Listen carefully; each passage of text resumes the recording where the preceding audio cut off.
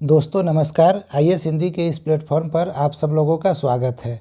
आज से हम लोग करेंट अफेयर की सीरीज शुरू करने जा रहे हैं, जिसमें जुलाई महीने के क्रॉनिकल में जो भी करेंट अफेयर आए हैं उसके बारे में हम लोग यहाँ पे डिस्कस करेंगे। और ये सारा डिस्कशन वन लाइनर फॉर्म में होगा। ये जुलाई महीने का करेंट अफेयर है क्रॉनिकल का। इसमें जो कंटेंट दिया गया है वो मई महीने का है। ठीक है, आइए शुरू करते हैं। 23 मई 2004 को भारत के प्रमुख जल विद्युत company national hydro electric power corporation को किस प्रतिष्ठित अवार्ड से सम्मानित किया गया है? तो इसका नाम है the Economic Times HR world future ready organisation award 2024-25। हाल ही में किस अंतर्राष्ट्रीय हवाई अड्डे ने भारतीय उद्योग परिसंघ के सतत विकास उत्कृष्टता केंद्र द्वारा जीरो वेस्ट टू लैंडफिल प्रमाणन हासिल किया है? तो ये तिरुवनंतपुरम का अंतर्राष्ट्रीय हवाई अड्डा है। ये आप लोग ध्यान में रखिएगा। आइए अगले क्वेश्चन को देखते हैं। हाल ही में श्रीलंका के पूर्वी प्रांत के गवर्नर सेंथिल थोंडामन ने किस भारतीय आध्यात्मिक गुरु को श्रीलंका में भारतीय मूल के तमिलों के 200 वर्ष पूरे होने के उपलक्ष्य में जारी किया गया पहला डाक टिकट भेंट किया? तो ये श्री रविशंकर को भेंट किया गया था। अगले क्वेश्चन को देखते हैं। कैलटेक्स ल्यूब्रिकेंट्स ने 21 मई 2024 को किस भारतीय क्रिकेटर को ब्रांड एम्बेसडर नियुक्त करने की घोषणा की है? तो ये रविंद्र जडेजा का नाम याद रखिएगा आप लोग। आइए अगले क्वेश्चन को देखते हैं। हाल ही में किसने वर्ष 2024-25 के लिए भारतीय उद्योग परिसंघ के अध्यक्ष के रूप में पदभार ग्रहण किया है? तो इनका नाम संजीव पुरी है। आगे बढ़ते हैं। 19 मई 2024 को कौन ब्लू ओरिजिन के NS-25 मिशन के चालक दल में शामिल होकर पहले भारतीय अंतरिक्ष पर्यटक बन गए हैं? तो इनका नाम गोपी थोटाकुरा है। ये नाम इम्पोर्टेंट है, आप लोग याद रखिएगा, परीक्षा में पूछा जाएगा। आइए अगले क्वेश्चन को देखते हैं। हाल ही में अरुणाचल प्रदेश में समुद्र तल से 13,000 फीट से अधिक ऊंचाई पर स्थित किस सुरंग को international book of honour England द्वारा आधिकारिक तौर पर देश की सबसे ऊंची सुरंग के रूप में मान्यता प्रदान की गई है? तो ये अरुणाचल प्रदेश का सेला सुरंग है। ये नाम ध्यान में रखिएगा। आगे बढ़ते हैं। हाल ही में भारत ने $50 मिलियन के ट्रेजरी बिल को एक और वर्ष के लिए रोल ओवर करके किस देश की सरकार को अपना बजटीय समर्थन जारी रखने का फैसला किया है? तो ये मालदीव के साथ किया गया है। ठीक है, ये क्रॉनिकल का जो वन लाइनर क्वेश्चन है, इससे BPSC के परीक्षा और UPPCS के प्रारंभिक परीक्षा में बहुत सारे सवाल पूछे जाते हैं। तो ये सारे वन लाइनर को आप लोग अच्छे से ध्यान से सुनते चलिए। यदि आप लोगों के यहाँ ये मैगजीन उपलब्ध है तो इस मैगजीन को ही खरीद लीजिए और फिर वहाँ से भी आप इसे पढ़ सकते हैं। आइए अगला क्वेश्चन देखते हैं। 17 मई 2024 को इस्पात मंत्रालय ने कहाँ पर इस्पात क्षेत्र में स्थिरता स्थापित करने पर एक राष्ट्रीय कार्यशाला का आयोजन किया? तो ये नई दिल्ली के विज्ञान भवन में किया गया। अगला देखते हैं क्वेश्चन। 15 से 17 मई 2024 के मध्य कोचीन में स्थित INS द्रोणाचार्य में किस देश के मध्य त्रिपक्षीय समुद्री सुरक्षा कार्यशाला के दूसरे संस्करण का आयोजन किया गया? तो ये त्रिपक्षीय है तो 3 देश होगा, भारत, ऑस्ट्रेलिया और इंडोनेशिया। तो ये 3 नाम आपको ध्यान में रखना है। कहाँ पे आयोजित किया गया था? कोच्चि में। अगला क्वेश्चन देखते हैं।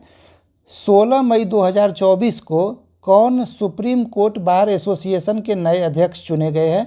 तो कपिल सिब्बल को ये बनाया गया है। अगला क्वेश्चन देखते हैं।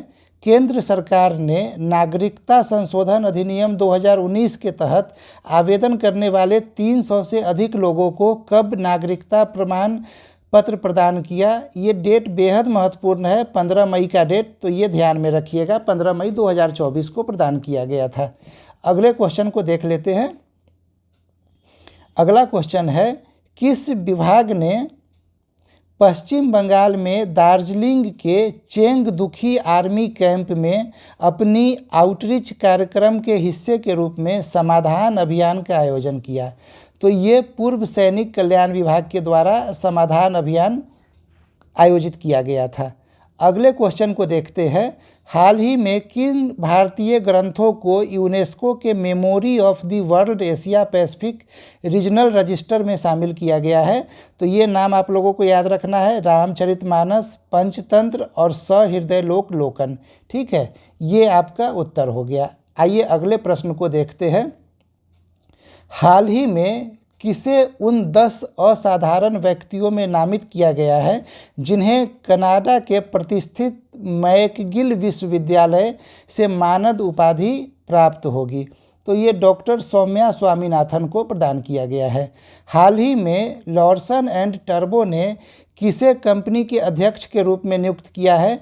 तो ये आर शंकर रमन को अध्यक्ष के रूप में नियुक्त किया गया है। आइए अगले प्रश्न को देखते हैं। अगला प्रश्न है, 10 मई 2024 को किसने भारतीय नौसेना के कार्मिक प्रमुख के रूप में कार्यभार ग्रहण किया? वाइस एडमिरल संजय भल्ला के द्वारा कार्यभार ग्रहण किया गया था। 11 मई 2024 को भारतीय राष्ट्रीय विज्ञान अकादमी सभागार नई दिल्ली में आयोजित राष्ट्रीय प्रौद्योगिकी दिवस 2024 की थीम क्या थी? तो इसकी थीम थी सतत भविष्य के लिए स्वच्छ और हरित प्रौद्योगिकी को बढ़ावा देना।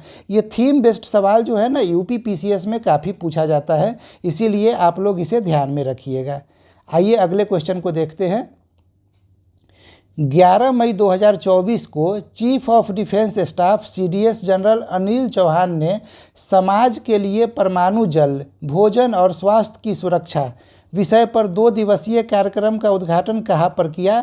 तो ये मुंबई में किया गया, भाभा परमाणु अनुसंधान केंद्र में। Bhabha atomic research centre, BARC बोलते हैं, वहाँ पे इसे किया गया है। ठीक है, अगले प्रश्न को देखते हैं।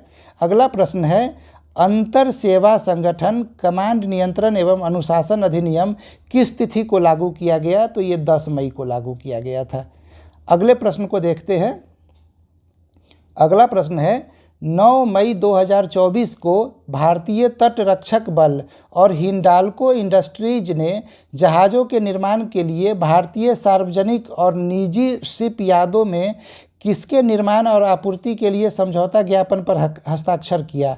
तो ये स्वदेशी समुद्री ग्रेड एल्युमिनियम के निर्माण पे ये हस्ताक्षर किया गया है। ठीक है, आप ये बात हमेशा ध्यान में रखिएगा कि जब आप बीपीएससी का एग्ज़ाम दीजिएगा तो इसमें सबसे इम्पोर्टेंट करेंट मई, जून, जुलाई तथा अगस्त महीने का होगा।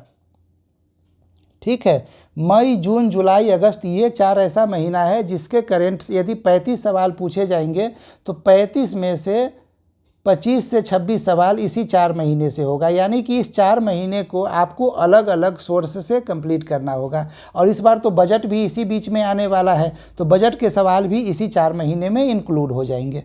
आइए अगले प्रश्न को देखते हैं। 9 मई 2024 को कौशल विकास एवं उद्यमिता मंत्रालय ने किस योजना के तहत 2 पायलट परियोजनाओं के संचालन के लिए महिंद्रा एंड महिंद्रा लिमिटेड के साथ एक समझौता ज्ञापन पर हस्ताक्षर किया? तो इसका नाम है ड्रोन दीदी योजना। ठीक है, चलिए आगे बढ़ते हैं। अगला प्रश्न है, 9-10 मई 2024 को नई दिल्ली में सशस्त्र बलों की संयुक्त और एकीकरण पर परिवर्तन चिंतन 11 सम्मेलन किसकी अध्यक्षता में आयोजित किया गया? तो ये अनिल चौहान, ये कौन है? सीडीएस जनरल हैं, उनके नेतृत्व में किया गया। अगले प्रश्न को देखते हैं। बुनियादी ढांचे में विकास में उभरती प्रौद्योगिकियों पर 2 दिवसीय राष्ट्रीय संगोष्ठी और उद्योग बैठक का आयोजन किसके द्वारा किया गया? तो ये आयोजन डीआरडीओ के द्वारा किया गया। आइए अगले प्रश्न को देखते हैं। 7 मई 2024 को रसायन और उर्वरक मंत्रालय के फार्मास्यूटिकल्स विभाग ने भारतीय उद्योग परिसंघ के सहयोग से मेडिटेक स्टैकथॉन 2024 का शुभारंभ कहाँ किया? तो ये शुभारंभ नई दिल्ली में किया गया था। ठीक है, अगले प्रश्न को देखते हैं। नई दिल्ली में 7 मई 2024 को कमांडेंट कॉन्क्लेव का 6ठा संस्करण एकीकृत रक्षा स्टाफ मुख्यालय के तत्वाधान में कहाँ आयोजित किया गया? तो ये सैन्य प्रौद्योगिकी संस्थान पुणे में आयोजित किया गया। ठीक है, आइए अगले प्रश्न को देखते हैं। सीमा सड़क संगठन BRO ने नई दिल्ली में अपना 65वां 7 मई 2024 को स्थापना दिवस कब मनाया। ये 7 मई 2024 यहाँ पे आ गया। ये सवाल कुछ ऐसा है कि 65वां स्थापना दिवस कब मनाया, तो इसका उत्तर 7 मई 2024 है। वो 7 मई 2024 यहाँ आ गया था। ICICI बैंक ने अपने NRI ग्राहकों द्वारा अंतर्राष्ट्रीय मोबाइल नंबर का उपयोग कर भारत में UPI भुगतान करने की सुविधा प्रदान करने के लिए किसके साथ साझेदारी की है, तो ये साझेदारी NPCI के द्वारा साथ की गई है। आइए आगे देखते हैं। सेवानिवृत्त न्यायमूर्ति संजय कुमार मिश्रा हाल ही में एक अंतर्राष्ट्रीय गैर लाभकारी संगठन रिपोर्टर्स विदाउट बॉर्डर्स द्वारा जारी नवीनतम वार्षिक विश्व प्रेस स्वतंत्रता सूचकांक 2024 में 180 देशों की सूची में भारत किस स्थान पर है, तो ये 159वें स्थान पे। यहाँ कुछ चीज़ें गड़बड़ हो गई है, ज़रा इसको यहाँ से हटा दीजिए। ये यहाँ से हट गया। अब ये क्या आ रहा है, हाल ही में रिपोर्टर्स विदाउट बॉर्डर्स द्वारा जारी नवीनतम रिपोर्ट में, मतलब प्रेस स्वतंत्रता सूचकांक में भारत की स्थिति क्या है, तो 159 है। अगला देखते हैं। ब्रिटेन की गैस कंपनी BP ने 30 अप्रैल 2024 को किसे भारत प्रमुख के रूप में नियुक्त करने की घोषणा की है, कार्तिकेय दुबे को ये घोषणा की गई है। आगे बढ़ते हैं। हाल ही में NHPC लिमिटेड ने फ्लोटिंग सोलर उद्योग के लिए प्रौद्योगिकी प्रदाता के रूप में काम करने वाली नॉर्वे की किस कंपनी के साथ एक समझौता ज्ञापन पर हस्ताक्षर किया, मेसर्स ओशन सन पे। अगला प्रश्न देखते हैं। 29-30 अप्रैल 2024 को महत्वपूर्ण खनिज शिखर सम्मेलन लाभकारीकरण और प्रसंस्करण क्षमताओं में वृद्धि का आयोजन कहाँ किया गया, तो नई दिल्ली के इंडिया हैबिटेट सेंटर में किया गया। अगले प्रश्न को देखते हैं। हाल ही में नई दिल्ली में आयोजित महत्वपूर्ण खनिज शिखर सम्मेलन में खान मंत्रालय ने महत्वपूर्ण खनिजों के क्षेत्र में ज्ञान आधारित सहयोग प्रदान करने के लिए किस संगठन के साथ समझौता ज्ञापन पर हस्ताक्षर किया, तो ये था शक्ति सस्टेनेबल एनर्जी फाउंडेशन पे। अगला देखते हैं। National payment corporation of India NPCI वित्त मंत्री निर्मला सीतारमण ने 6 मई 2024 को GST अपीलीय न्यायाधिकरण के पहले अध्यक्ष के रूप में किसे शपथ दिलाई, तो संजय कुमार मिश्रा को। आगे देखते हैं। यहाँ पे राष्ट्रीय वन लाइनर समाप्त हो जाता है। जब हम अगले वीडियो में मिलेंगे तो उसमें अंतर्राष्ट्रीय वन लाइनर पे चर्चा करेंगे। उम्मीद करता हूँ आपके प्रारंभिक परीक्षा में इस वीडियो से आप लोगों को फ़ायदा होगा। धन्यवाद।